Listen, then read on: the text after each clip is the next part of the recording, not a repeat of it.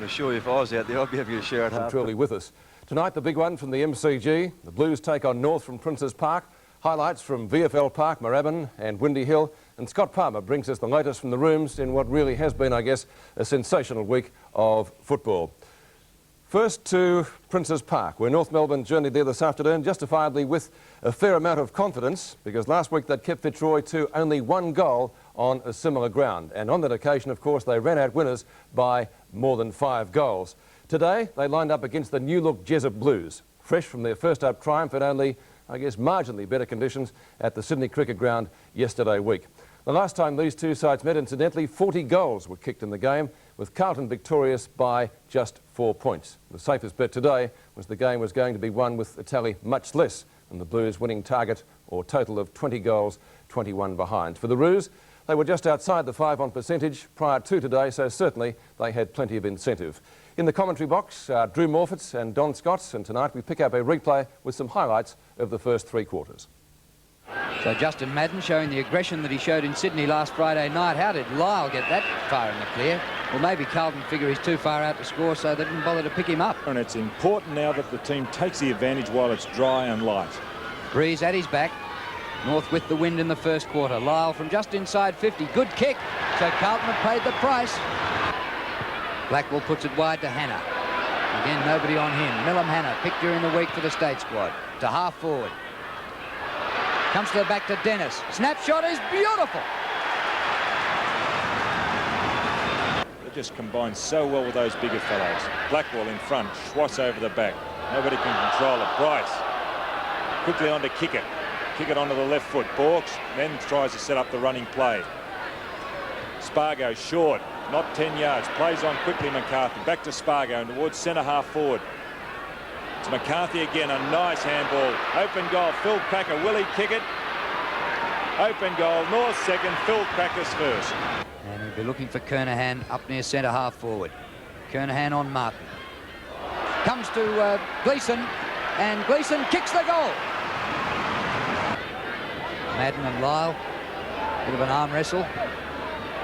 Comes to Romero, good hand pass off to Spargo. This is good stuff. Dwyer gathers, goes inside 50, beats Dean, goes for goal, and kicks it. He's kicking from the 50-metre line, but look at him trying to pick those feet up. Oh, what a kick. Had distance. Oh, kick it. A mark. Plays on, goes for goal, and kicks a magnificent goal. I think Drew used the right word there. Magnificent goal to Derek Kickett, but at 3/4 time, Carlton leading 5-8-38 to 4-9-33. Only 5 points in it at Princes Park.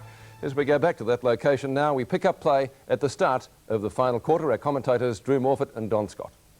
The game up for grabs at the start of the last quarter, with Carlton leading by just 5 points. They led at every change. They do have the breeze in this last quarter. German for North Melbourne.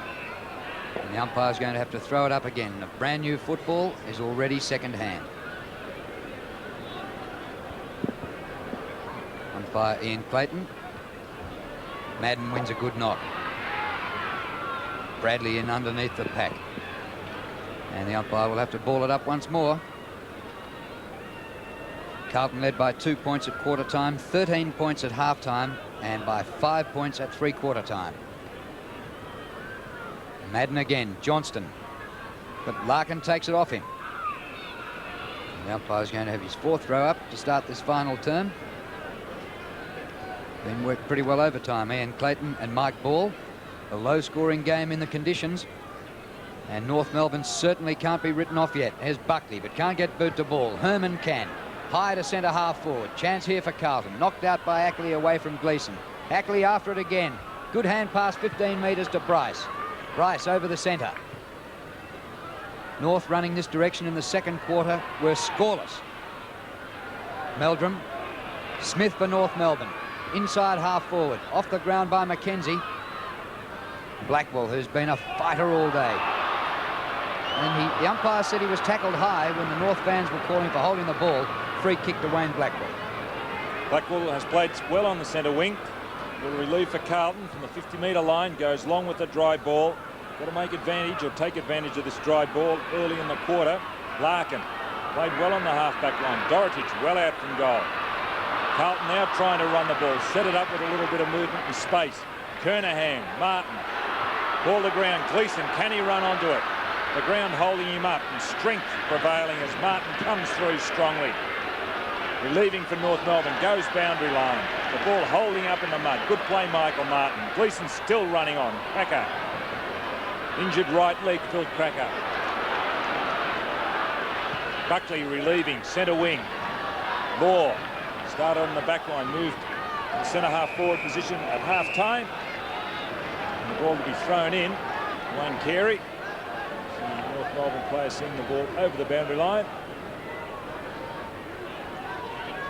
Madden using his height again. Done well in the ruck today, Madden. McKinnon on at half time, gets a quick kick.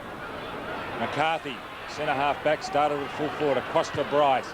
Bryce going long to centre half forward. A high ball underneath it. Longmire. Ramiro, he's got a chance. Handball. Dwyer's well within kicking distance. What has he done? He's posted North 6th, 5th. And North have hit the front.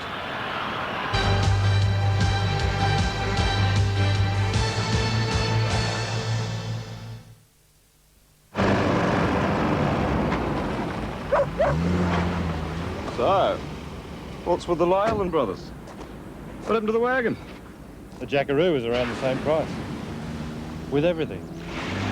Fuel injection, power steering, automatic if you want it. Well, what are you going to do with the four-wheel drive? Kakadu, Fraser Island. Give you a drive. Yeah, wouldn't mind. You're looking sharp, you're looking good, you've come so far.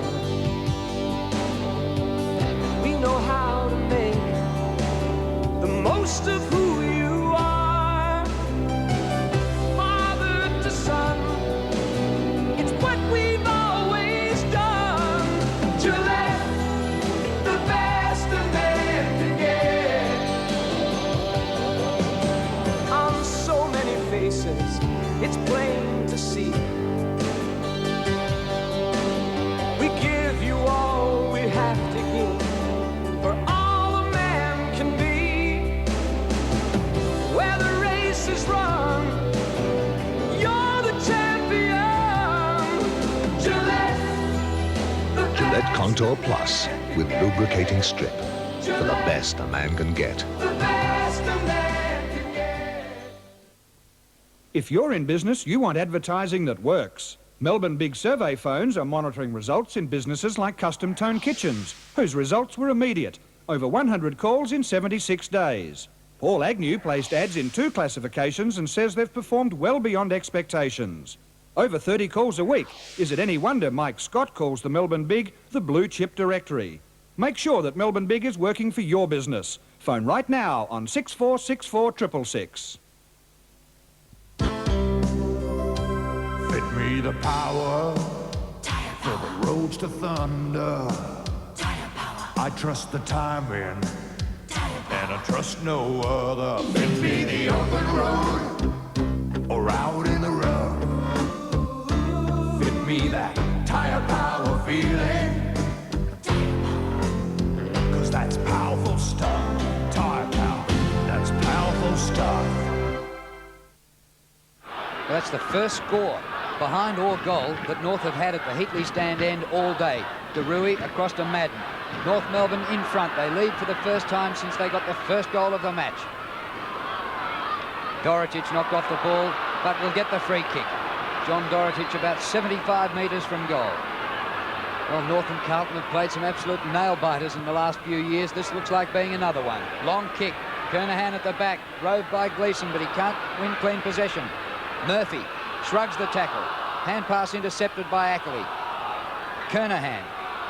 Ackley again played well, was legged by McKinnon and will take the free kick. 39 plays 38. At this ground last year, Gleeson kicked a goal with 3 seconds remaining to beat North. Nailey shuffles the ball out. Looked like a throw, but it wasn't penalised. McKinnon near the boundary line, hooks back, and a diving mark is well taken by Ackley in the back pocket. But when Carlton were running with the breeze in the second quarter, they had problems getting to that defensive pocket, and they're doing it again. And this is where North Melbourne want the ball, on that outer flank. Larkin relieving. Coming through well, Meldrum. Hot pursuit, Ramiro. German quickly on. And North Melbourne getting the ball down forward any way they can. Carey just can't handle the ball cleanly. And again, Ian Clayton will have to come in and throw the ball up. Play on centre wing. Point the difference. North Melbourne's favour, 39 playing 38. Bryce, Madden again has used his height well all day. Robertson quickly across to Meldrum. Meldrum playing on quickly, ball covering no distance, and players throwing themselves in again. Umpire Ian Clayton for the umpteenth time today will have to throw the ball up. Madden to do the ruck work. Paul Bryce. Aiken. Half-back. So is that play? Wayne Blackwell across to Meldrum, quickly to the centre-half forward play. But this man, McCarthy, played well since he's gone to centre-half-back. Plays on quickly. Kick it. Hannah. Longmire. Hannah quickly. Good tackle there by Kicker, and desperate play. And the ball again on the 50-metre line. And Ian Clayton throwing it up once more. Derek Kickett, the man underneath the pack, relaying the ball to Ian Clayton. North by a point. Madden with a two-fister. Off the ground by DeRuy, short of centre wing. Oh, McCarthy, brilliant football in the heavy going. Long kick to the forward pocket. Kickett went too early. Comes back to him though. Hurried kick for goal by Kickett. Across the face of goals and through for a behind. North by 2 points. Derek Kickett, 1 goal, 1 and 2 out of bounds.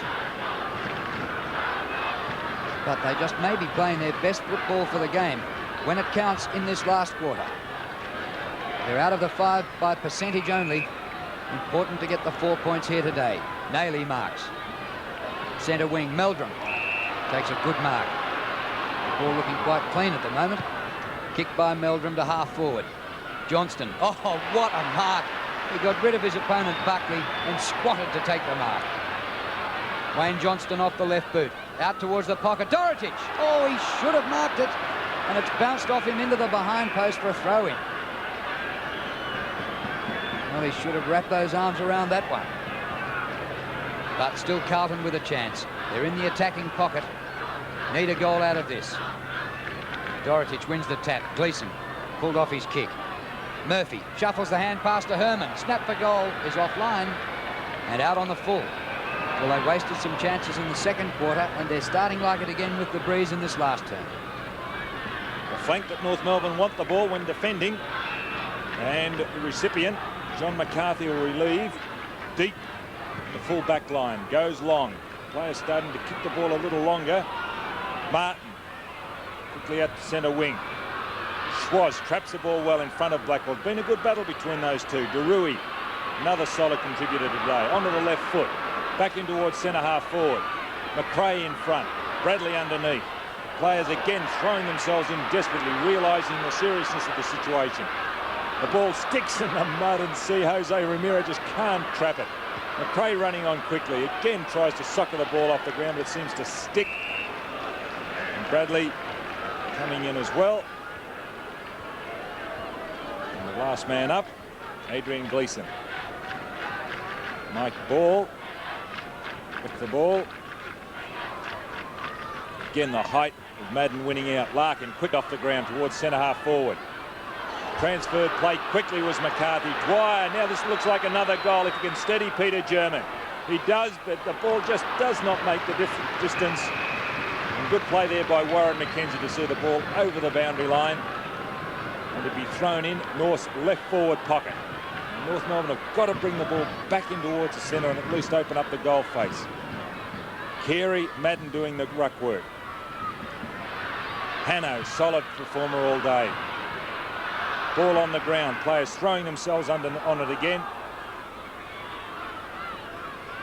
Not much advantage out of that play. And again, in Clayton to throw the ball up only 20 metres from the North Melbourne goal. North leading by 2 points. with 16 minutes remaining in the match. Madden wins again, absolutely dominating the ruck. Lyle off the ground at the moment for North, and North Melbourne having to go with Paul Bryce against Justin Madden, who is winning the hitouts 41-17. And North Melbourne, who've gone into the game without Arsiri and Jim Cracker, you'd wonder how they'd ever get the ball out of there, but they lead the match. Steele gets the hand pass away. It comes to Larkin. He's inside 50. To full forward. Longmire climbs, can't take the mark. He's back on it. Ridden into the ground, or German kicks back into the pack. And the umpire will throw it up again. There's some desperate play there, Drew. They're certainly dogged, those North Melbourne forwards. Peter German covered in mud.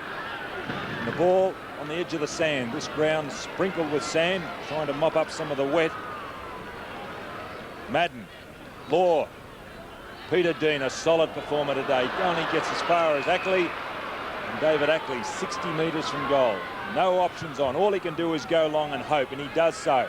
Players throw themselves in. It's Justin Madden appealing for the mark. And on the second attempt, Ian Clayton says, yes, it's yours, Justin. 5 marks for the match and 13 possessions, a million hitouts. Martin takes the mark for North Melbourne, well up the ground, forward of the wing. In the second quarter, when North were running into the breeze, they didn't spend any more than about 3 minutes forward of the centre line, but they're doing most of the attacking in this last quarter. Kicked by Martin, slightly off the side of the boot, but not bad distance. Comes to the front. Gleeson hurriedly out of there. Steele over his head. Good mark, Kernahan. He's had to go right back to half-back. The Carlton skipper. Kick short of centre wing. Kennedy on for the Blues, getting his first run all day in this last quarter. And the ball out of play for a throw-in. Kennedy replacing Ian Herman. Ball on centre wing. A lot of players congesting around this throw-in. Madden might have been fringed on that occasion. Ramiro, quick handball across to Larkin. Rui, strong play, attacking play. McRae just can't trap the ball. Steele going to run onto this. Flown out. Smith. Blackwell underneath. And again, the ball near the centre of the mud patch will be thrown up once again. Throw-up's the order of the day. Umpires Mike Ball and Ian Clayton in charge. Just over 13 minutes remaining. Nailey running onto the ball well on the 50-metre line. Traps it out to Johnson. Goes goalward. But in golfing terms, he's sliced it. And it's over the boundary line. And to bring it back into play, John McCarthy started at full forward and moved to the centre half back position. Kicked by McCarthy. Kicking pretty well into the breeze now. Madden. Chance here for Carlton. Chest mark right in front for Meldrum.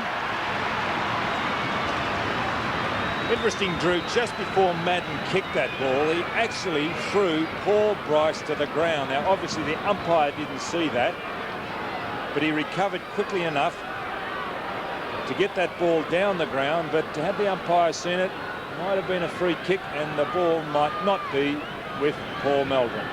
25 metres out right in front, and he's missed it. Oh, he just snuck it in.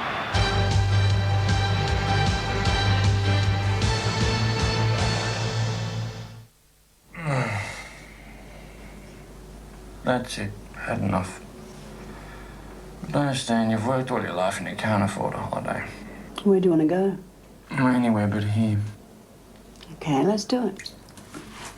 What with? Read this.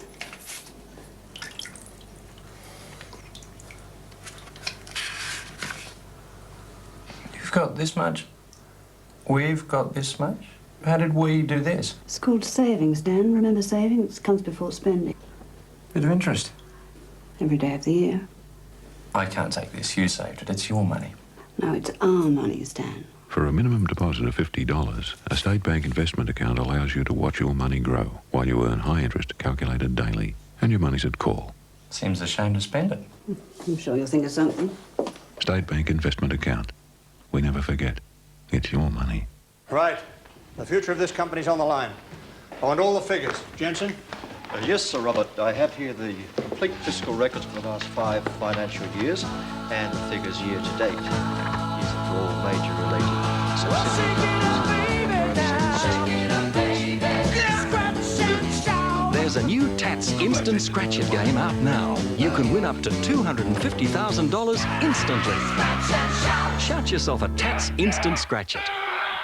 Any successful campaign depends on the best transport.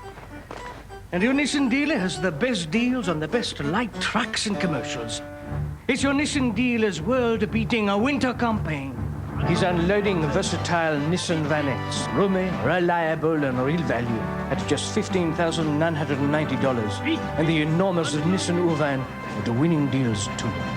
That's Nissan know-how. It's a magnificent offer. Sunday on the magical world of Disney, come adventuring deep in the American wilderness. There were you! Where the legendary creature of the forest hides. I call him Bigfoot. Are you kidding? 2 children wander lost, I saw something last night. unaware of the mystery of Rocky Mountain. I am not leaving here without my daughter. This, my Indian friend, is a Bigfoot. Then they come face to face with Bigfoot. The magical world of Disney, presented by Uncle Toby's, Sunday on 7. So Carlton back in front by 4 points. Madden wins another centre hit out. DeRuy over the ball. Gets it clear, but the umpire's whistle's gone, and we'll have another throw up. 6-8, playing 5-10. Carlton in front, under 12 minutes left in the game at Princes Park. Madden another one.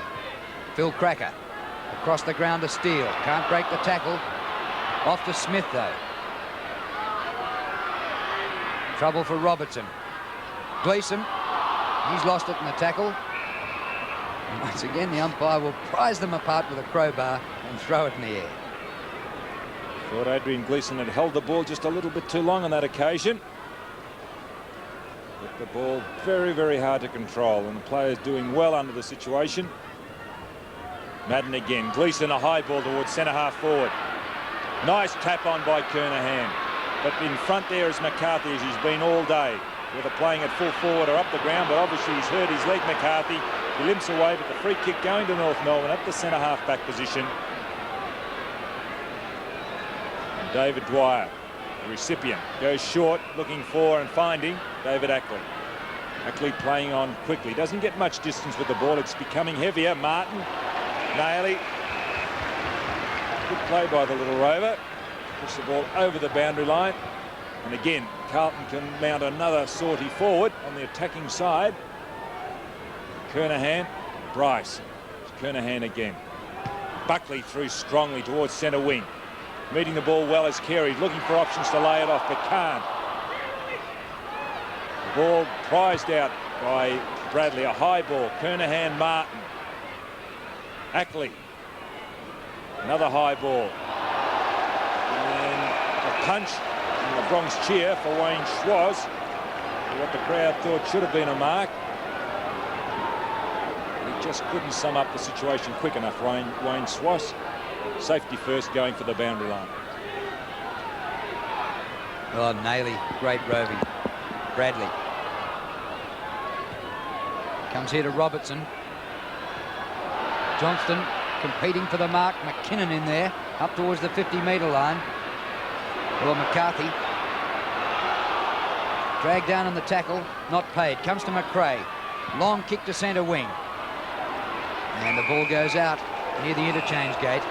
Well, Carlton clinging onto this lead, but you can't defend a 4-point lead, and we're under 10 minutes remaining in the game. Dwyer coming off the ground for North Melbourne, and Mark Lyle being brought back into the fray. Gleeson taps inboard to DeRuy. Ackley misses it. Comes to Naily. Ackley gets him in the back. Free kick to Mark Naily. Kernahan played on, but it's going to come back to the rover to take his free kick. David Dwyer with the doctor there. Doesn't look too good. An injury to his left arm or shoulder. Not a bad kick by Naily. Kernahan. Whistle's gone. There was interference. It's a North free to Martin against Kernahan. Been a pretty good battle. Steve Kernahan many times today hasn't tried to mark. He's tried to tap on, but he has taken 4 marks and had 7 kicks. Madden, a good punch forward. Chance for Johnston. Ball props in the sand there. It's like quicksand. McKinnon, good pickup. Gets the hand pass away to Murphy. Off to Aitken. Centering kick, all Carlton. Big chance here for the Blues. Snapped by Meldrum, but he's missed it.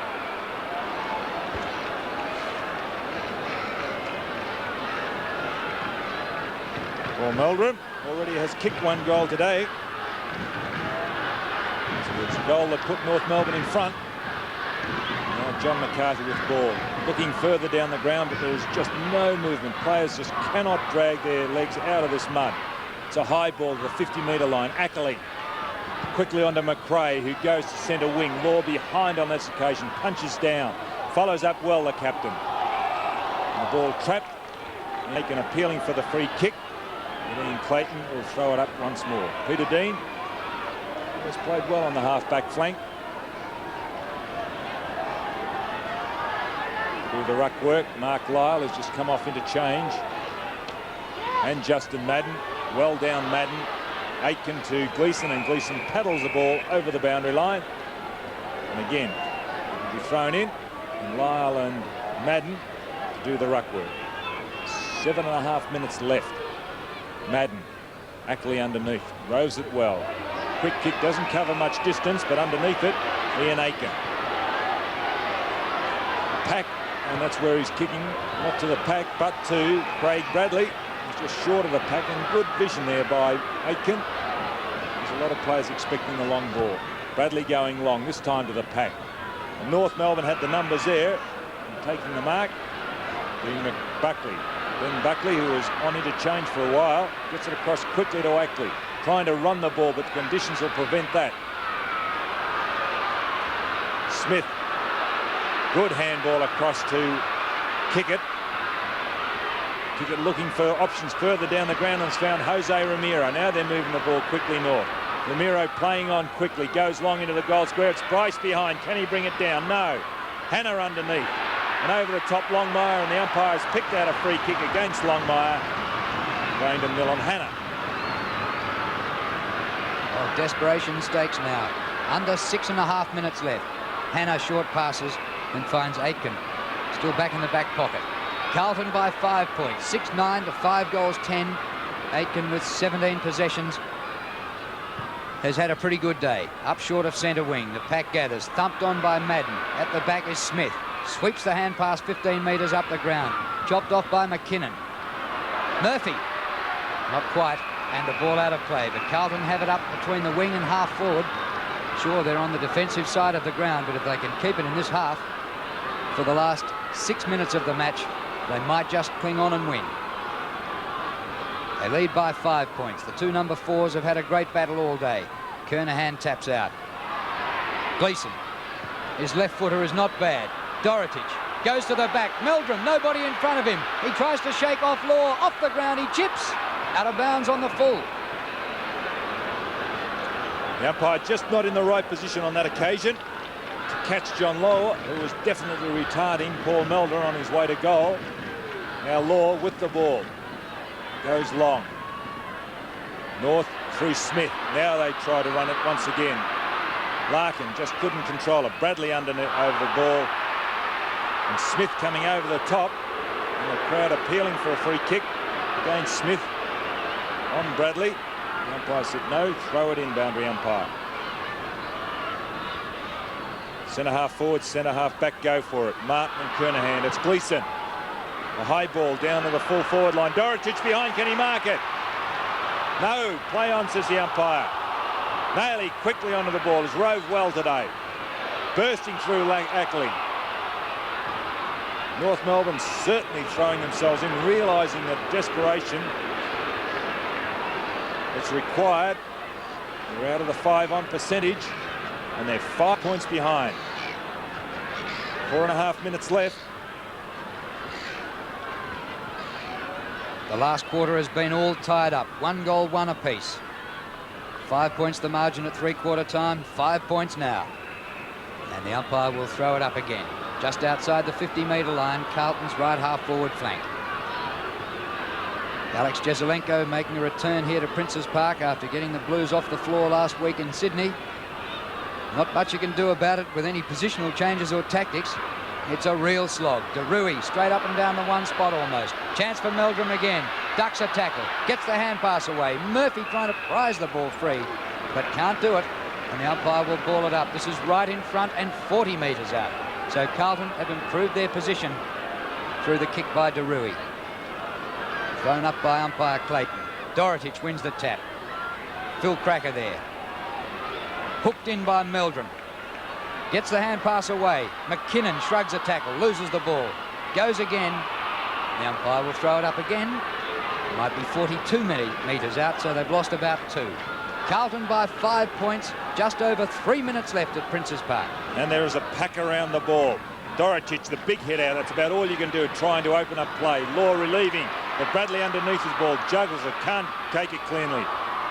Kennedy quickly onto the ball, who's come off interchange. Centre half forward. North follows up. It's Nailey. Can he goal? He has, Mark Nailey. Carlton's 8, and Nailey's put them further in front.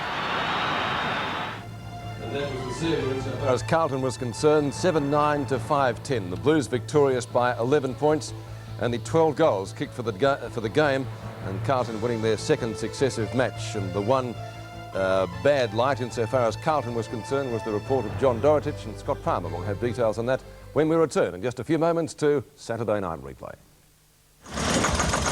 I don't know, Jono. Have a look at this. The car's got a whole computer system that actually tells you what's wrong with it. And those backyard boys, I think it's just a question of changing a couple of these, I don't know. Yeah. Unbelievable. Yeah, you better look at the distributor cap. Could be cracked. It's probably non-genuine too. Yeah, doing that. Commodore's all finished. Have a listen to this. Love it.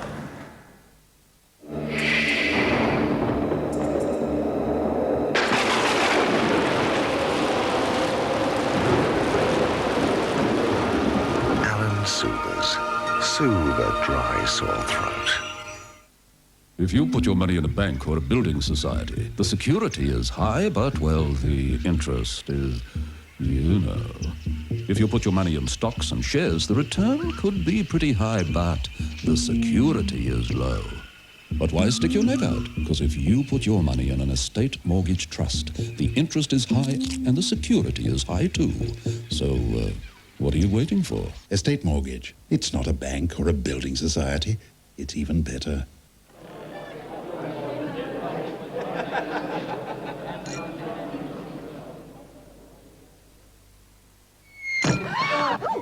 Sorry. You know how it is. It's a bit wet over there. Bit wet over here too.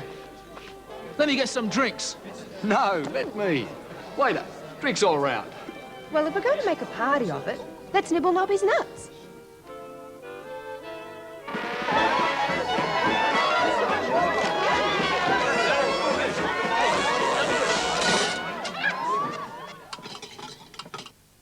Sorry.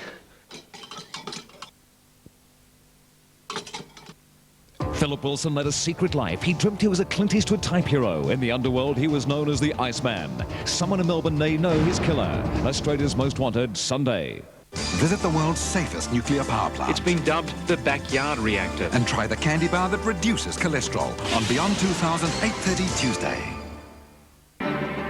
Here's the TATS 2 results, just drawn under government supervision.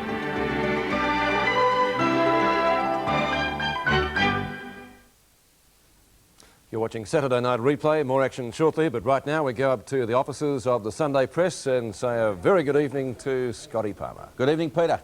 Scotty, I was at the match at the MCG today. You may, I guess you may have been yourself, but the incident everybody was talking about occurred in the first quarter with Gary Lyon. Any reaction from the rooms? Well, they're not saying anything about why Gary fell over there on the flank, but they're very upset. Fall over? Well, he fell over as far as we're concerned at the moment. But they're very upset about it in the Melbourne rooms. I know his father, Peter Lyon, who played for Hawthorn, was quite upset too when he was in there with Gary. Gary's got 3 stitches of cut in the chin. I'm not too sure whether anything's going to be done about it. Of course, the Chief Commissioner was up in the stand with his cohorts watching it. So maybe there might be something done in that trial by video exercise. Yes, well, I don't think it was captured on video, but a good number of people at the ground did actually see what happened. Malcolm Blight was upset, not about the play, but about the ground, Scott. He said it's the worst he's seen for years and years and years, and he wonders now why the league don't move a few matches away from the MCG to give it a rest. He said if the State of Origin game's going to be a showpiece, he said the ground has to have time to recover, and he just feels that it's being overworked at the moment. I believe so. It's quite correct as well. Yes, looking at the Windy Hill surface, it looked a lot better. 2 injuries, Flanagan and Campbell. Yes, Flanagan's got a serious knee injury. They won't know the real extent until he has an X-ray, probably tomorrow or Monday, but it doesn't look too good. And Campbell, he's got a broken hand. Down at Moorabbin. Now, visiting teams there in the past have gone away with cold showers. Apparently there was none there today. What happened? Well, Johnny Platten actually left the ground in his dressing gown covered in mud. He went to a friend's place in Oakley for a shower. There was no hot water, but there was very little water at all. So the Hawthorn blokes were very upset, packed up and just left in their togs and all. And there were some injuries down there too. Who copped them? Well, St Kilda suffered most. They had Grant with a shoulder injury, Rice with a shoulder as well, and Cunningham a knee. So Darryl Ball, like he said, we're pretty pleased with our performance. Another few forwards we could have done any good. He's referring, of course, to Tony Lockett again. But he said he's got Peter McConville, who snapped an Achilles in the first night match this year. He's coming back in 3 weeks, so that's good news for the Saints. That's great news for the Saints. Bad news for Carlton, Scotty. I mentioned before the break, John Dorotich reported. What's the charge? Well, he's reported for striking John Law, the North Melbourne captain, with a forearm, a left forearm, Peter.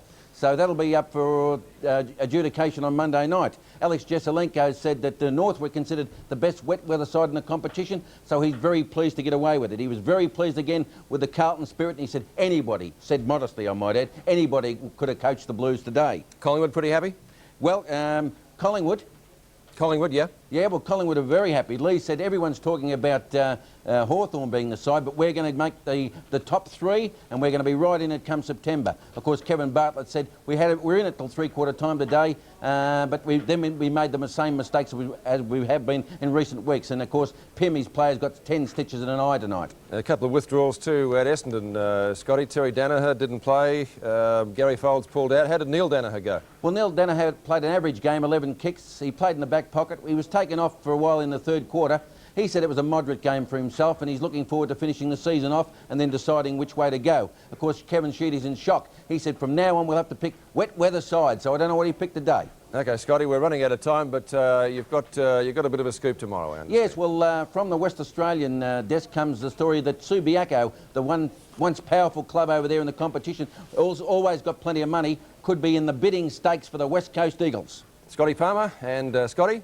Keep punching, my boy. And we'll see you on Sports World tomorrow. The big one from the MCG coming up in just a moment.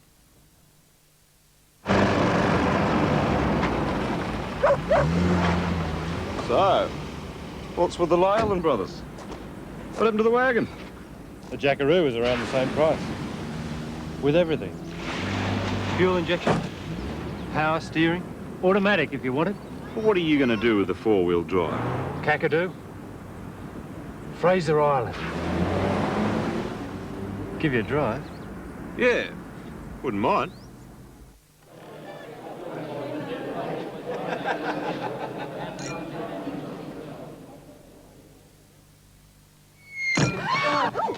Sorry. You know how it is. It's a bit wet over there. Bit wet over here, too. Let me get some drinks. No, let me. Waiter, drinks all round. Well, if we're going to make a party of it, let's nibble Nobby's nuts.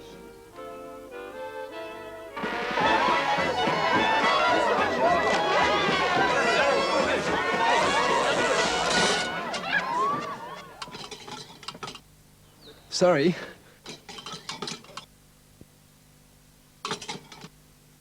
How do you get a heart for transplant from a hospital in Darwin to a hospital in Sydney? Very, very quickly. Ansett Air Freight. We deliver the most important package in the world, 500,000 times a day.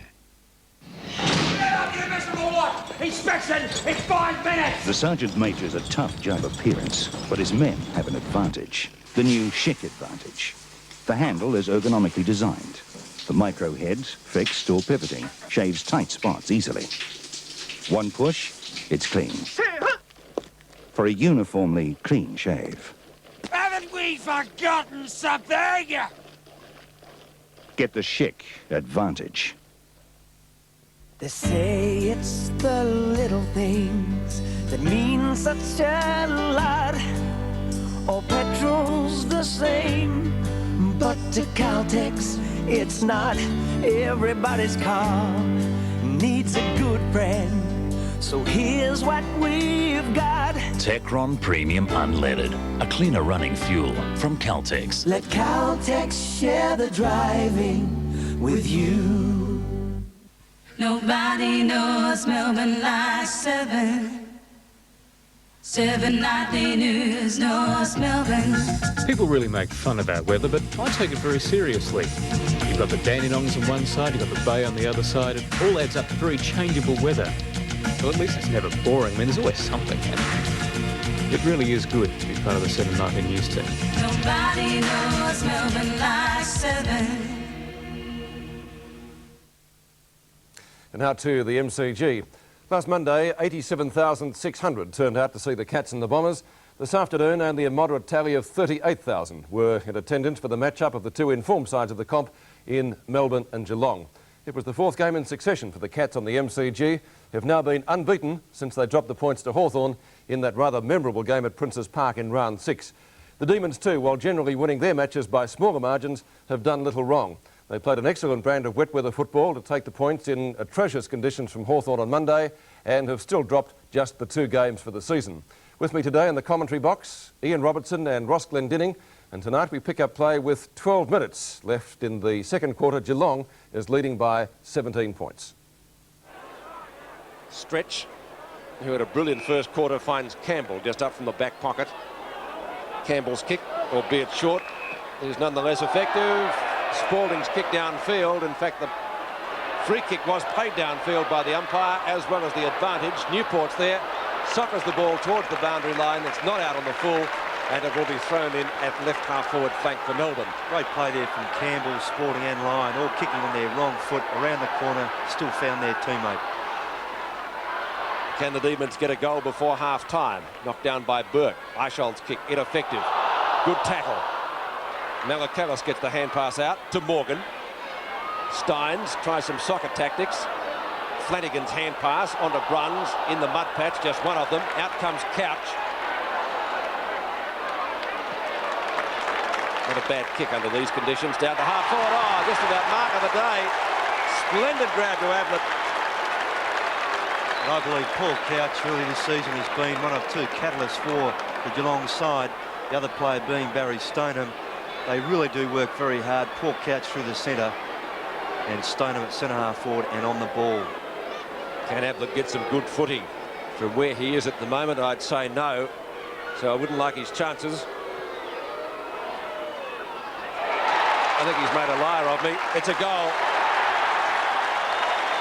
Well, that's an intelligent kick there from Gary Ablett, using perhaps a Peter Hudson-style punt kick. Well, flat punt. They are effective in these conditions. A drop punt generally does drop short. That flat punt just has a bit more momentum and just kept floating through. But the mark initially a very strong one. Ablett and White having good contest in the past. In previous matches when it's a little drier, both taking spectacular marks.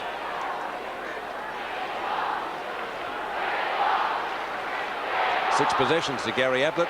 1 mark and now 1 goal out of the Cats tally of 4-4. The Demons yet to score a major.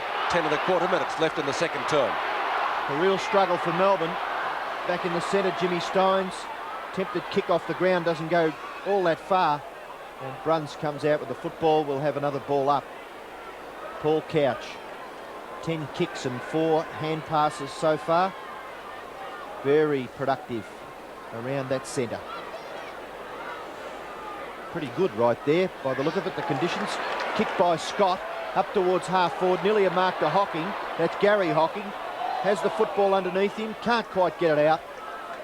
Umpire sees it as a fair attempt to move the ball on, so he'll come in and ball it up at centre half forward for Geelong. 4-4 plays, 5 behinds. Steins and Flanagan. Flanagan with superior strength. Bruns can't get the ball out. Gary Hocking struggling hard. And with 9.5 minutes left in the term, we'll have another ball up at centre half forward. It really is a bog just there. And the same at the opposite. It's the same at the opposite end of the ground. Well, actually, the wings don't look all that bad. The ground hasn't come up too bad. Steins has palm out is good. Punch out. Bairstow. Hand pass a little too fierce. Gathered by Lindner back to Bairstow. Bairstow's kick around the corner. Chance now for Jackson. Keeps his footing well and gets the hand pass back to Stretch.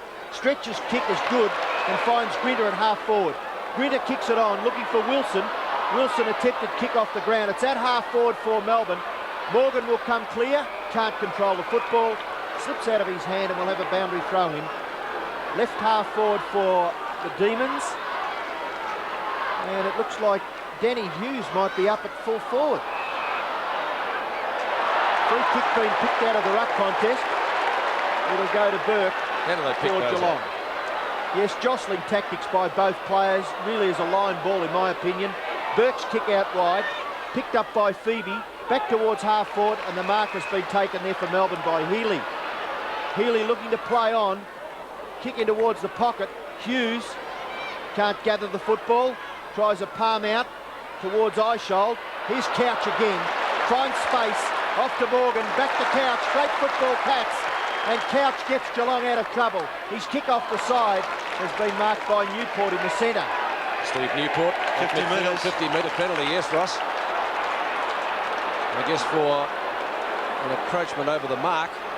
It still won't bring him to within kicking distance. He probably would have preferred to kick in the centre square itself, where the footing is firmer, because that was the area covered.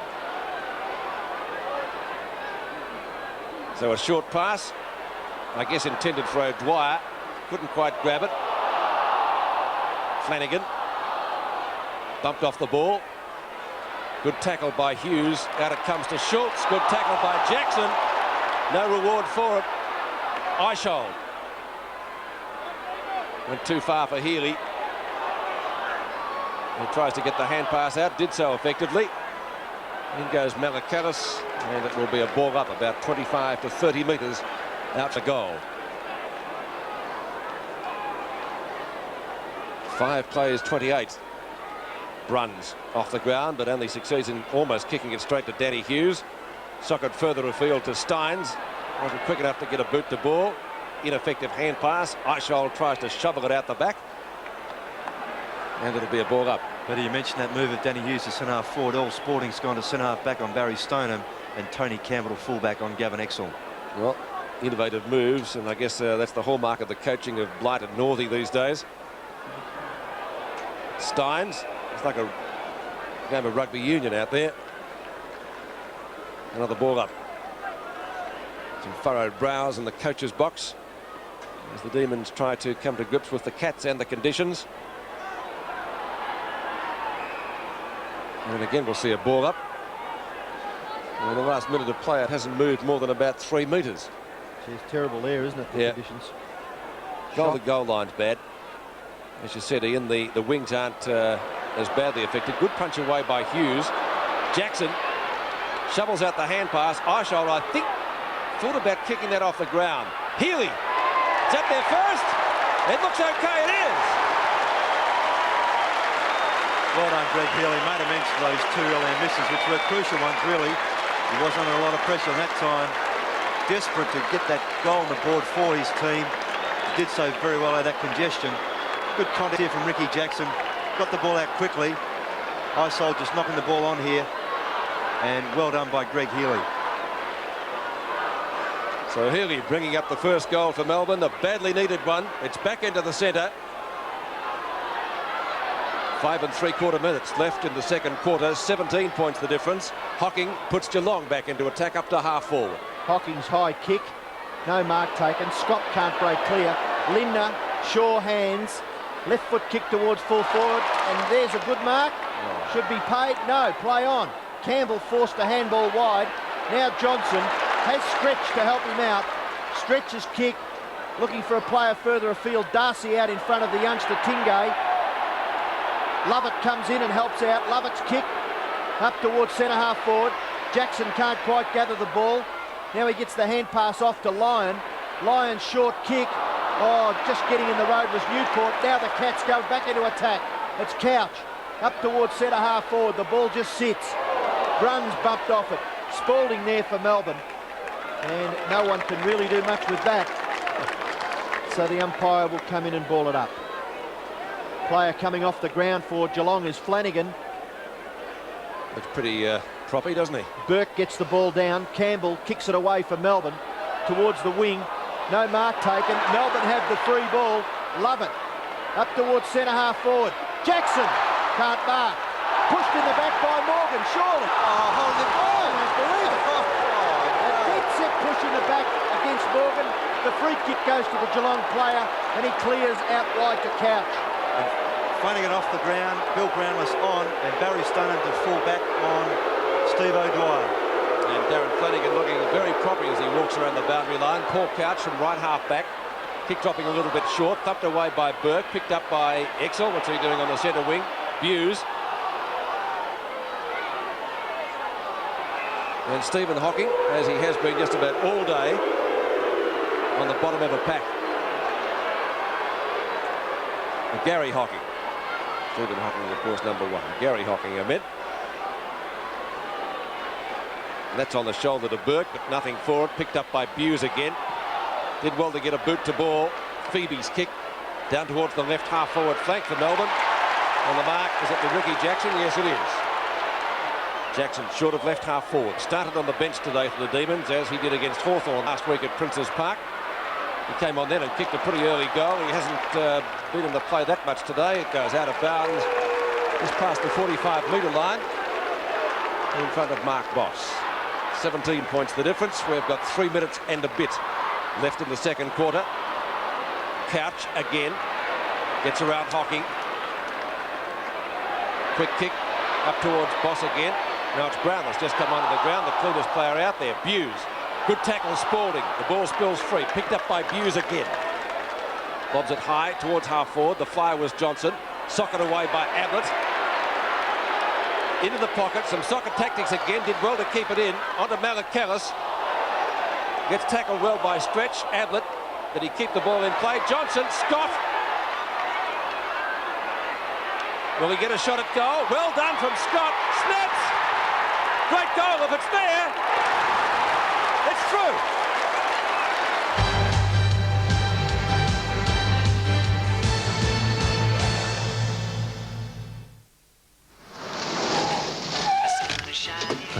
Next time you change your oil, trade up to BP Visco 2000. Because a change of oil could change your image. Enter the BP Visco 2000 competition. See a participating BP service station now and you could win a great new Nissan Exa. Hey, a Nissan Exa! BP, on the move. It's the early signs you need to look out for. Itchy scalp, hair left on your brush. Next thing, it's not nice to talk about, but you notice hair in the bottom of the shower. Then the ultimate insult, someone says you're going bald. Before you know it, you are. It's no fun either. See how much older I look? Who wants to look years older than they are? Not me. I've found the answer. I'll be back in a minute to tell you about it.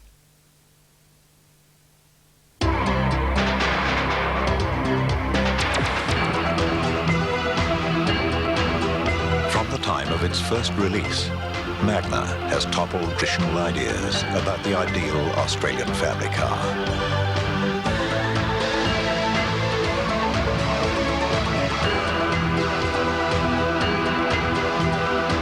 Now there is a new range of Magnas with even more style, more comfort, more standard features, more value for money, and exceptional space and quietness. Other considerations fall before new Magna, again in a class of its own.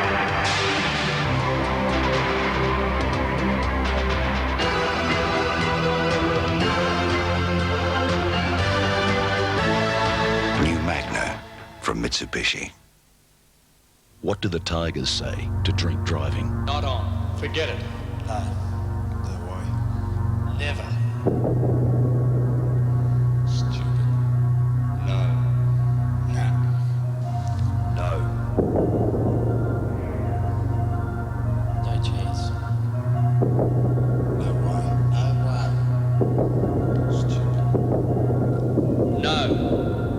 say no to drink driving.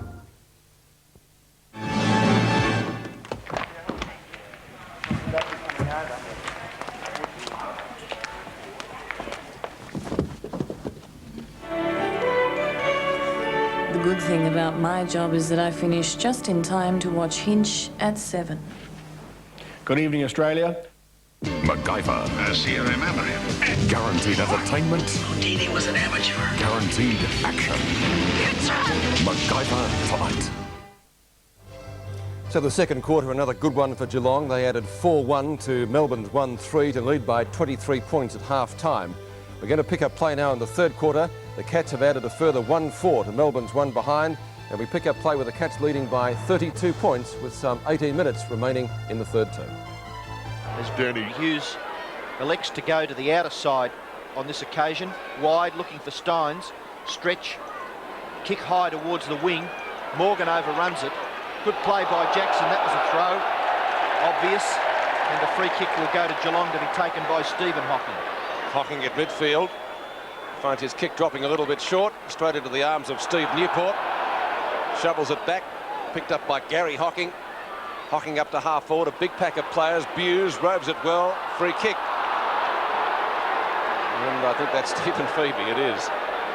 Mud bespattered, and as a result, not a very good kick. Some pretty heavy mud underfoot. Wilson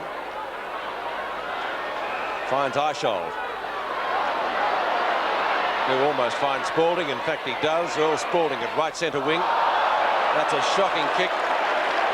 Out of bounds on the full. Jim Stein's off the ground for Melbourne, Steve O'Dwyer on. Jim Stein's looked pretty tired. He's rucked solidly. Certainly not injured. It would appear not anyway. If he is, Michael Roberts will have news. The ball back towards centre wing. Spalding almost drags down a great mark. Buse roving well today.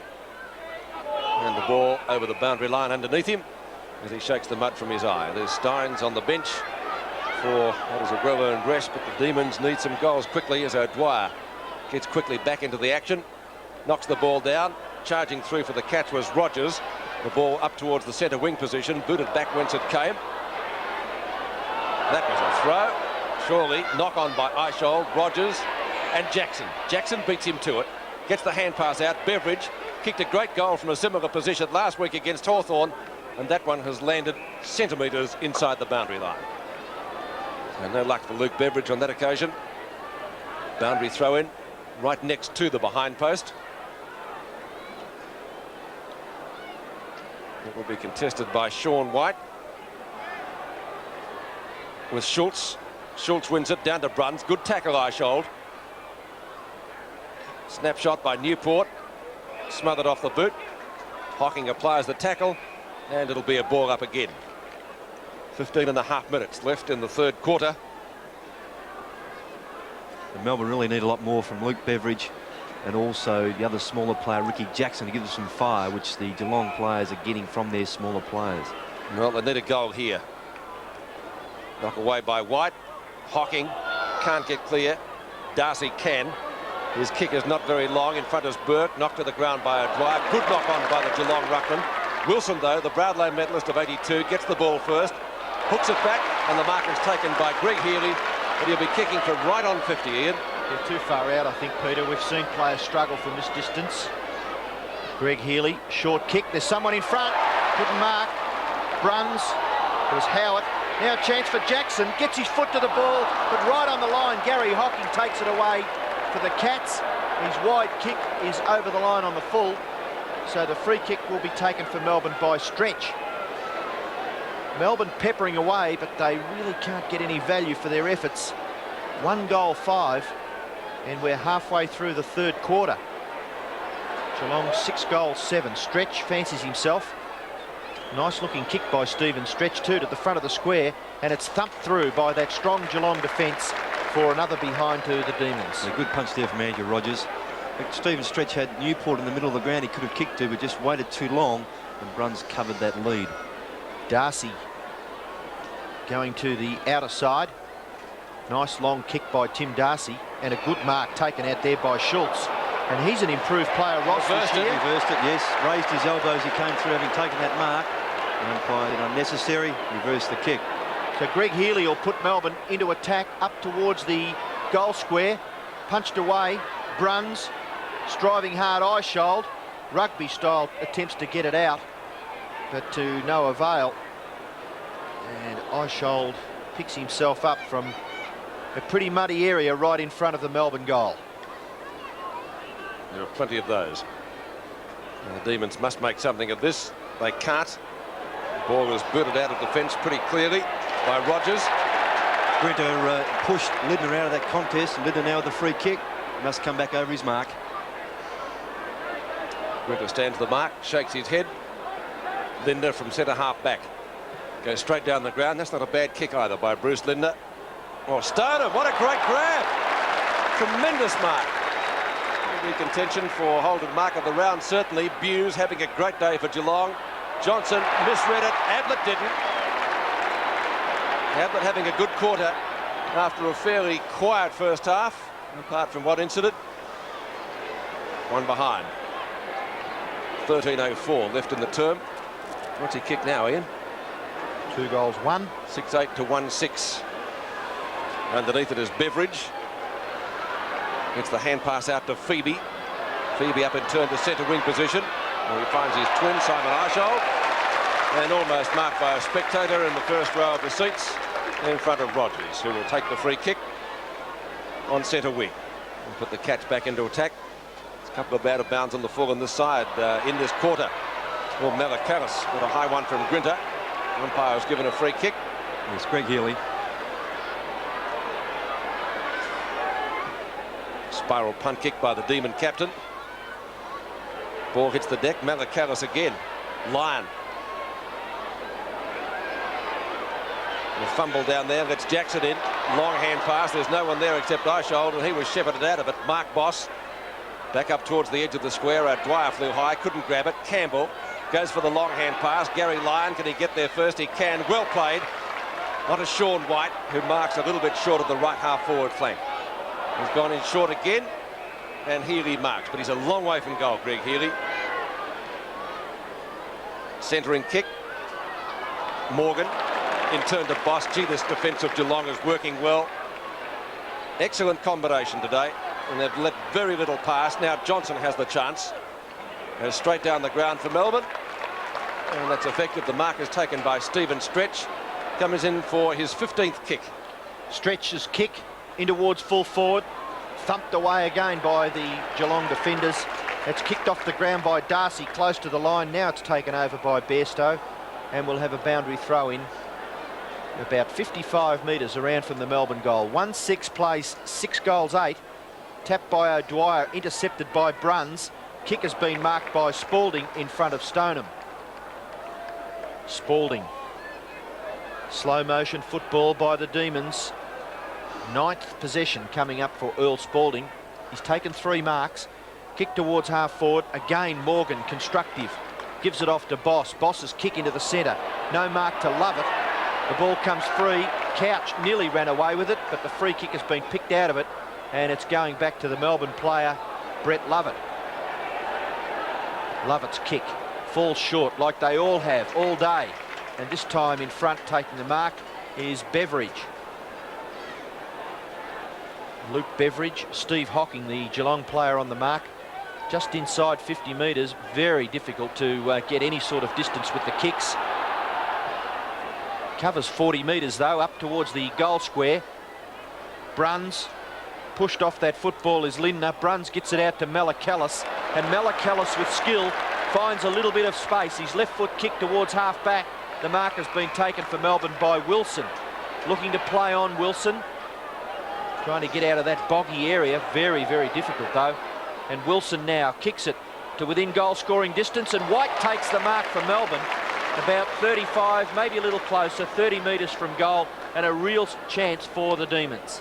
I need this one. Well, that'd have to be very much an understatement, Peter, I would say. They've only kicked 1 goal, and we've just got 10 minutes left in this 3rd quarter. It's been a struggle. White's kick, wobbly punt kick into the square, and again the Geelong defence can clear it. Boundary throw in left forward pocket for the Demons. 1-6 plays 6-8. Geelong leading comfortably. Fitzroy only kicked 1 goal last week. North Melbourne having similar trouble today scoring goals. For the Geelong defence, Mark Boss gets the hand pass out to Hocking. Hocking on the run up from the back pocket. Good clearing kick under these conditions. Lands it round about centre wing. Stoneham late on the scene. Campbell applies the tackle. And umpire Peter Carey comes in to effect a ball up. Under 9 minutes remaining in the third term. Burke wins it well from O'Dwyer. Couch onto Bruns. Didn't give it to the run of Ablett, who went past him pretty quickly. Down to Lovett, a right half-back flank for Melbourne. Picked up by Scott. Good smothered by Phoebe.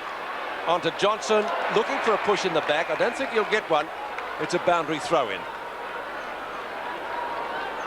Just past the 50-metre mark. Geelong's left half-forward flank. O'Dwyer with Burke. Flanagan's off the ground. Knocked down to Phoebe. Kick smothered. Bruns. Centering kick, and the mark is taken by Bairstow, who looks for a free kick from stretch or 50 metres. There shouldn't be any there, surely. Mark Bairstow, a fairly productive afternoon for him. And not a bad kick either, but 3 Melbourne players are there. Stoneham late on the scene, gets it away from all 3 of them. Scott tries some soccer tactics off the ground, or is that being a little bit tautological? And it will be a ball up 25 metres out from the Geelong goal. Burke with O'Dwyer. I don't think there's any love lost between that pair. Hocking can't get clear, but it comes to Bruns. That was an excellent hand pass. Bruns shoots and goals. Great stuff, Cats. Well, again, there's the value of the Geelong smaller players. Fine play there from Gary Hocking, in the bloke abuse, and I beg your pardon, Bruns, and Bruns with a fine left foot goal. And their smaller players are the ones that are just setting Geelong alight. They're also getting some good value from Barry Stoneham at centre half forward. He really has contested very hard there. In that last 3 or 4 minutes, got the hands on ball in some congested areas and gave his smaller players a chance. Back into the centre. Bruns' first goal. Geelong go further ahead. And Bruns again figuring in the action to Couch. Couch is kicked towards half forward, and the mark has been taken for Geelong by Stoneham. Stoneham kicks it up towards the 10-metre square. No mark taken. Roving the pack well is Scott. Scott snapshot. Close. It's there. It's another goal to Geelong.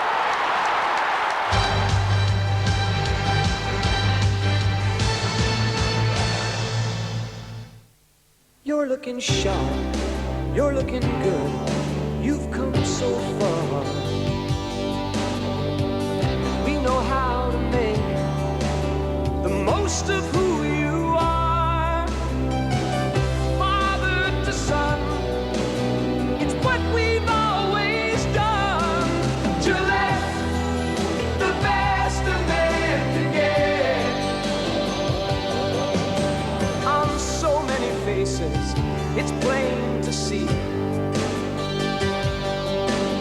We give you all we have to give, for all a man can be. Where the race is run, you're the champion. Gillette Contour Plus with lubricating strip for the best a man can get. But it's not as fast as your posh bride. Oh, how quaint. An Australian car. Watch this. Wednesday just don't go. Thursday goes too slow. Isn't that annoying?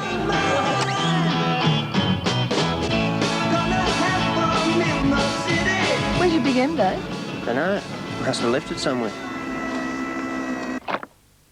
Do you know what we deliver for Bramble Security? No? Neither do we. But they ship it with us every time. Ansett Air Freight. We deliver the most important package in the world, 500,000 times a day.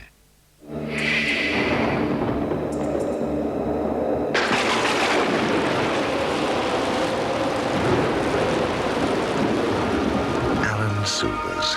Soothe a dry, sore throat. You don't need to look years older than you are. There is a solution. It starts with this number. And slowly, strand by strand, you begin to look like the young you. There is no surgery, no pain, just a proven method of replacing lost hair. It all starts with this number and ends with you leading a full and normal life again. Advanced Hair Studio, world's leading name in hair replacement.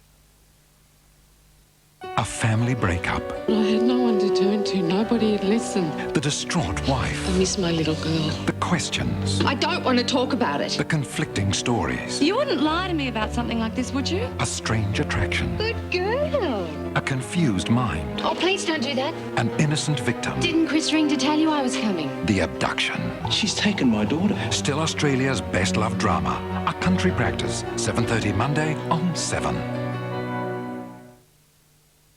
So back in the centre, and the lead now looks unbeatable. Geelong very, very comfortable. Less than 7 minutes left. Kick to Campbell. Hand pass to Wilson. Wilson's short pass is okay, and the mark has been taken by Howard. Earl Sporting coming off from Melbourne. Jim Steins coming on. Howard, kick off the side of his boot. At centre half forward, Jackson can't break clear. Now he gets the hand pass out the back. Kick by Newport in towards the forward pocket. Gather by Boss, just gets his kick away outside 50 metres. Geelong defence has been impenetrable. Now Bairstow, hard up against the boundary line, takes it over. We'll have a boundary throw in. Just over 6 minutes left of the third quarter. It's been a good one for the Cats and a not so good one for Melbourne, who again have had a fair bit of the play. But as Ian said, the Cats' defence has been impenetrable. Here's Bruns, who kicked a goal in this quarter. Ablett, love him, hate him, you can't ignore him. Exel, who kicked the first goal of the game, a hurried hand pass. Linda gets offloaded by Campbell as the ball is socked up towards Malakalis. Jackson might have got into his back. Ablett and Grinter. Ablett goes down and has got a free kick. Oh, fiddly stuff that. It was fiddly, and John Norley's changed Gary Ablett, I beg your pardon, Tony Campbell and Rod Grinter. Campbell now picking up Bruce Lidner. Oh, that was pretty messy stuff there. Just pushed him in the chest. Ablett's kick almost marked by Phoebe. O'Dwyer can't get clear. Snapshot for goal. That's not bad by Lindner. Oh, great snap. Well, without going on about it, 3 magnificently inspirational goals for Geelong. Bruns, Scott, and now Bruce Lidner, who can do that miraculous thing on the forward line, and a magnificent shot at goal. And I mentioned before, almost an unassailable lead. Even in these conditions, when it is close, you would think that Melbourne have a chance, but being just over 8 goals down, it's going to be a very difficult task for the Melbourne Football Club. Sensational goal. 3 superb snapshots have made the difference. 50 points now at the MCG, and again the ball is going forward to the left of screen. The free kick going Geelong's way. Burke, the recipient of the free kick. So Burke, thumping kick towards centre half forward. Nearly the mark taken by Lindner. Kick off the ground. There's a free kick being picked out of it. In the back to Lindner. And it's going back to Lindner. As he went for that mark, Ian, he went to take it around stomach height. As he came down, he got a push in the back. May have been from Grinter. Yes. Again, Tiggy, but players in front. Well, I don't think the Melbourne fans would be too pleased with a few of the umpiring decisions. They've been a bit Tiggy Touchwood. They all seem to have gone to the Cats. Lindner, drop punt, is good. So Lindner kicks his second, and the Cats kick their 10th. And it's a one-horse race now in the third quarter. Geelong 10-8, leading Melbourne 1-6. Yes, and I think, Ian, John Northey could move his players around as much as he likes, but there's no one really giving them any life. He's got Wilson in the centre trying to get them out of there. Jackson and Beveridge, I mentioned before, trying to give them some sparkle. Just haven't got anyone that's going to take control of this game. 4.25 minutes left in the third quarter. It's been a purple patch for the Cats. 3 great snap goals, and then that one by Linda. Couch gets clear, but the whistle has gone. And it will be a ball up just wide of the circle. Burke and O'Dwyer, they both took off before nominations. Picked up by Burke, kicked back by Campbell. Only travels about 10 metres. Socket out towards the centre wing position. Picked up by Couch again. Up towards left half forward. Malakalis Snapshot won't be a score. Exel getting underneath it, so too is Danny Hughes, and he takes a safe mark. Hughes at left back pocket. Long kick, finds O'Dwyer. In turn finds Wilson. Don't know why they're booing him. Stretch. Stretch on left centre wing. Had a great first quarter. Boss hasn't done much wrong today, but couldn't take the mark there. Hocking tries to soccer it off the ground. It comes to White from Lyon. And a chance for the Demons again. That was, I think it was Lovett, wasn't it, Dan? No, it was Hout. Outside 50, the kick. Off the hands of Darren Morgan, and that came from Healy. 3 minutes and a bit. In fact, right on 3 minutes left in the third term. John Northey now has Jim Steins at centre-half back on Barry Stoneham. 5-4 to 1 behind. Kicked in this quarter by Geelong, so it's been a match-winning performance by them. Shepherding for Couch. It's picked up by Hocking, and again, Geelong get it out of defence pretty easily. Hocking's kick towards the half-back area. A free kick picked out of that marking contest. Jimmy Steins with the football and gets it back to his fellow big man O'Dwyer. And I think that's where Melbourne have fallen down. They just haven't got enough from those two big fellows. O'Dwyer's kick finds Wilson in the centre. And Brian Wilson looking to give it to someone now. Play on, says the umpire. Kick falls in short. Rogers, Lyon for Melbourne. Can't break clear. Gary Lyon certainly struggling after that heavy knock earlier in the game. And the Geelong backmen really have been very tight, and they've just manned up, and their followers have come down the ground to help out with support, and they've always had 2 or 3 players at the front of the back and a couple behind, and they've cleared it quite easily. Big punch by Sean White. Stretch overruns it, gives Bairstow an easy chance to take the football away. And Spalding doing the chasing. Bairstow's kick towards the wing. Kick off the ground by Phoebe. He's a Melbourne player that's done pretty well. Close to the line it goes over now. 14 kicks. And we'll have a boundary throw in. Yes, Stephen Phoebe, ex-Tasmanian, did well in the first half in particular last week and has played pretty well this afternoon. O'Dwyer gets the tap out. Newport can't break clear. Stretches a chance. He gets it out. Kick off the ground by Jackson. In towards centre half forward. There's a free kick being picked out of it. It's going to Sean White for Melbourne. He's up on that forward line. His short kick finds Jackson. Perhaps the angle more difficult. And still not within goal scoring distance. Jackson's kick in short. And Lyon takes the mark. He's only about 3 or 4 metres in from the boundary line. But Gary Lyon, usually a pretty good kick of the football for distance anyway. We saw that last weekend, didn't we? A thumping kick, wasn't it? At Princes Park, yep. Perhaps with a drier ball though, Peter. Here, Gary Lyon, that ball has been played with for most of this quarter. Gary Lyon's kick is nice and long, but he's pulled it just a little bit and it's through for a behind. Point to Melbourne with only 35 seconds left in the quarter. It's only their second score for the term. 2 behinds. An excellent term for Geelong. Tim Darcy named in the Victorian squad to meet South Australia. Darcy's kick up over the 50-metre line. Lovett was the flyer from the back. Bruns comes out with the ball. A short kick up towards Linda, who's kicked 2 goals in this quarter. And there's another goal scorer, Neville Bruns, who had a broken collarbone earlier in the year. But the veteran cat now playing some great football. Stoneham should kick it off the ground. Does so and goals. Today's game is part of the Carlton and United Breweries 1989 Premiership season. Certainly a match-winning quarter by Geelong. The Cats added 6 goals, 4 to 2 behinds, and they ultimately ran out winners by 69 points. The major goal kickers for Geelong, Scott 3 and 2 to Linda, Ablett and Exel, and for Melbourne only 2 goals on the scoreboard today. They were kicked by Stretch and Healy. 38,128 at the MCG this afternoon. Not as many as we all expected. We'll take a break, back with highlights of the other games in just a moment. Next time you change your oil, trade up to BP Visco 2000, because a change of oil could change your image. Enter the BP Visco 2000 competition. See a participating BP service station now and you could win a great new Nissan Exa. Hey, a Nissan Exa! BP, on the move.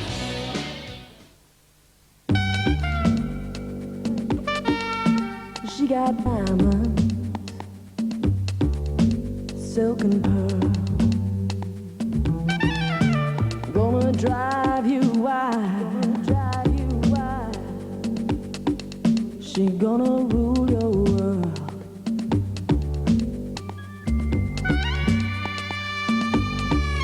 She gonna drive you wild.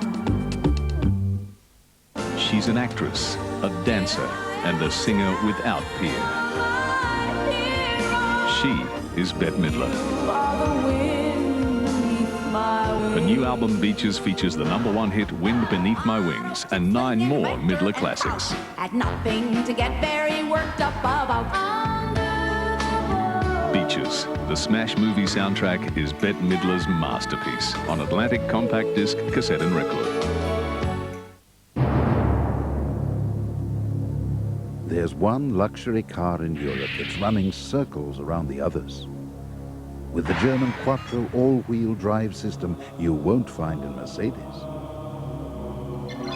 With Germany's only fully galvanized body shell you won't find in BMW. With dynamic German driving capabilities you won't find in Volvo. And with luxurious German saloon comfort you won't find in Porsche. Now, Europe's largest selling prestige car has arrived.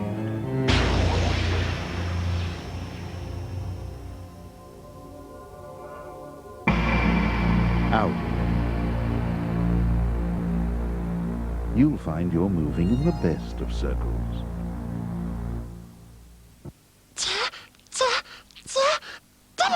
This may be the only way your child can show you he needs a decongestant. Kids aren't very good at blowing noses, and we can't stop them catching colds, but we can give them Demazin. Demazin dries up runny noses that can lead to congestion, ear blockage and infection.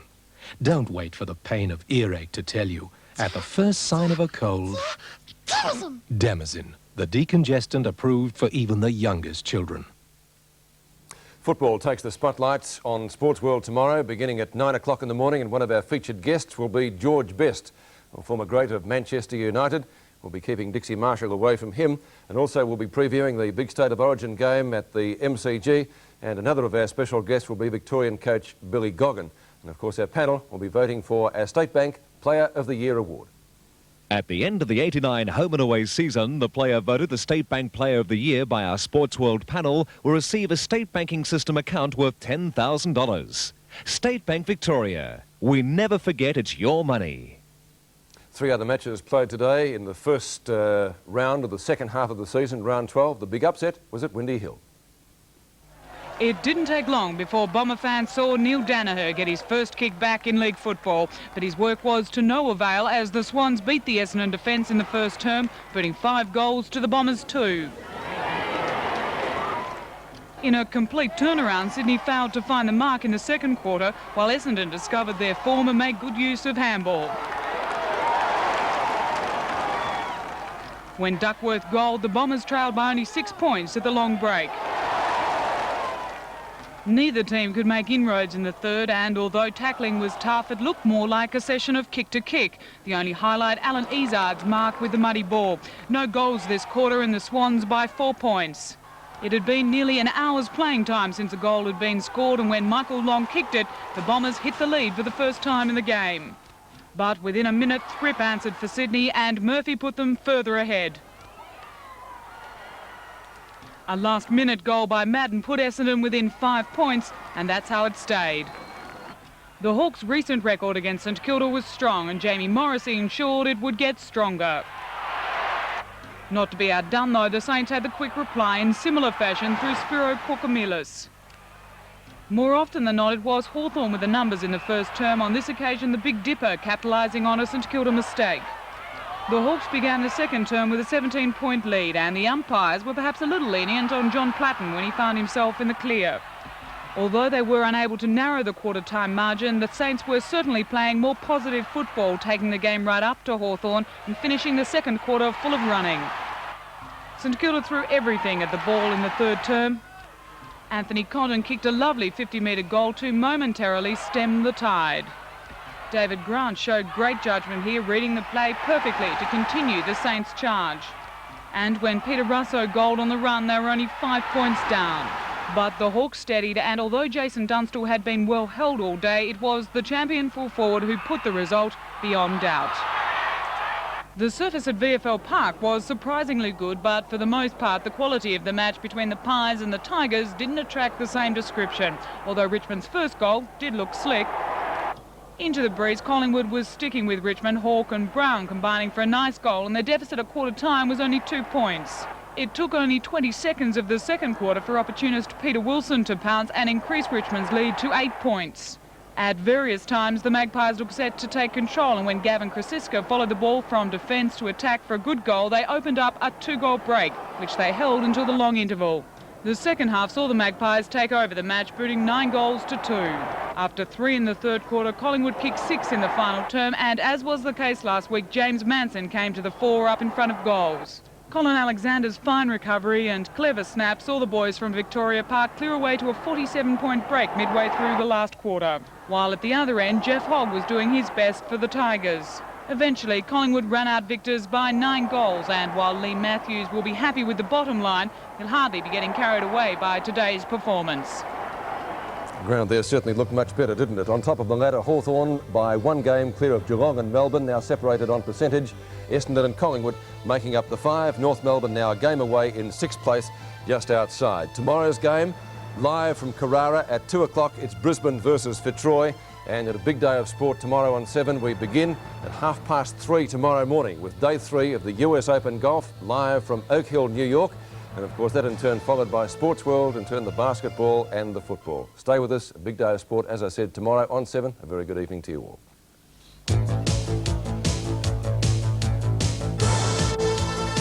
Stay with us now for high-flying drama with MacGyver. Tonight at 8:30, Michael Caine and Angie Dickinson star in one of the greatest thrillers of all time. It's a race against the clock to stop a psychopathic killer from reaching his next victim. Dressed to Kill. Unforgettable viewing tonight on 7.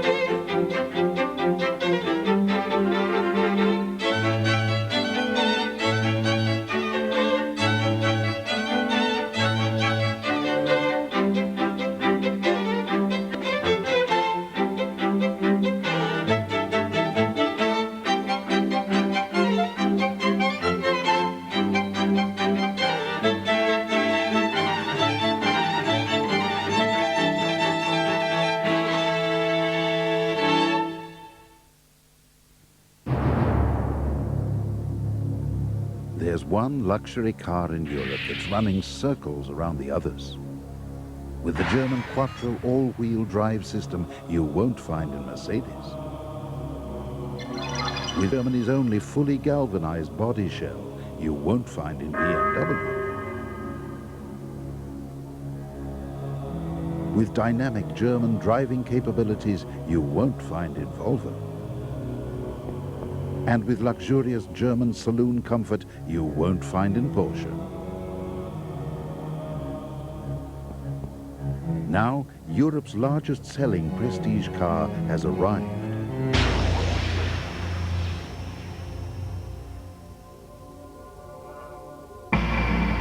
Audi. You'll find you're moving in the best of circles.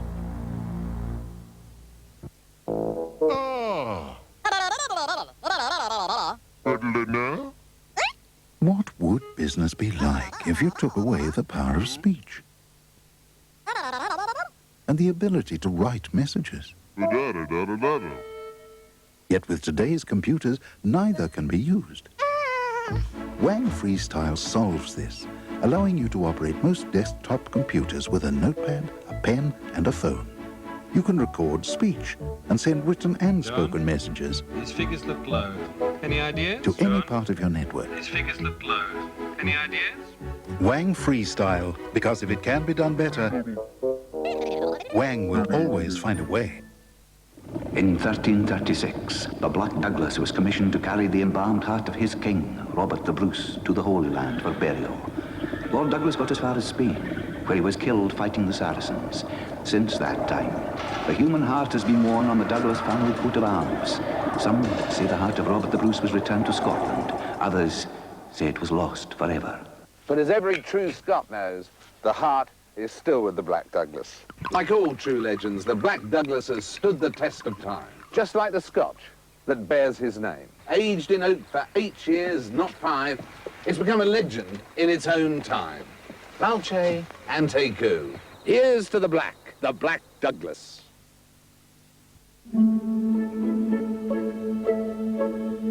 This butterfly is traveling at 100 kilometers an hour. Yet it is blissfully unaware of its surroundings being anything less than perfect.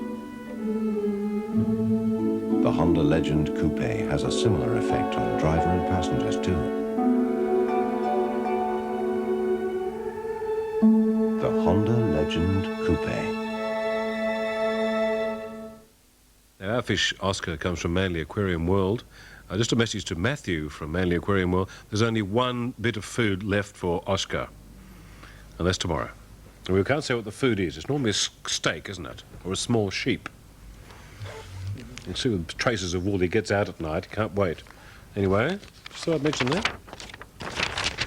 Otherwise, it's canteen food. Oh, no. All right, rainfall today. Sydney had 1 millimetre, Melbourne 0.4. There's an example of it. Isn't that pretty? I'm dreaming of a white Christmas. Now, fine in the forecast for Cairns, Mount Isa, Townsville, Mackay, Bundaberg, Maryborough and Brisbane. Temperatures 23 for Cairns, Mount Isa, 22, Townsville 23, 21 for Mackay, Bundaberg 22, Maryborough 22 and Brisbane 7 to 20. A few showers for Taree, just to be a bit different, 19 degrees. Lengthy sunny periods running for Tamworth 17, Dubbo 16, Orange 12, Burke 19, Griffith 16. If you're going to Wagga Wagga, there'll be possible snow on the peaks. I don't know what that means. I think just crouch a little, you'll be safe. 14, Albury, possible snow on the peaks. 14, sunny periods in Nowra and Bega, similar temperatures. Wollongong, however, will have showers and 18 degrees. Sydney, the showers will clear to minor floods, 10 to 18. Canberra, foggy, then finey, 2 to 14. Melbourne, fine, 7 to 15. Adelaide, fine, 4 to 17. Alice Springs, fine, 0 to 19. There's Oscar's next meal. And Perth, rain periods 10 to 16. Oh dear, why do they do that even to the babies? Why is it that dogs have got to lick each other's bottoms? I mean, it's just...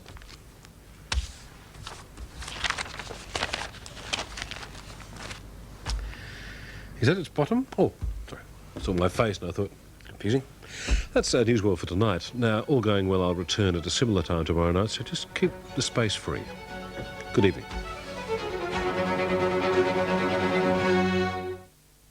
It's fast forward and it's controversial. Are your pets on drugs? It's intelligent. Dumb to the nth degree. It's berserk. It's outrageous. And the list goes on and on and on. But is it funny? The answer, of course, is yes. Ha, ha, ha. Fast forward, now at the new time. It's really good for you. Of 8:30 Thursday on 7.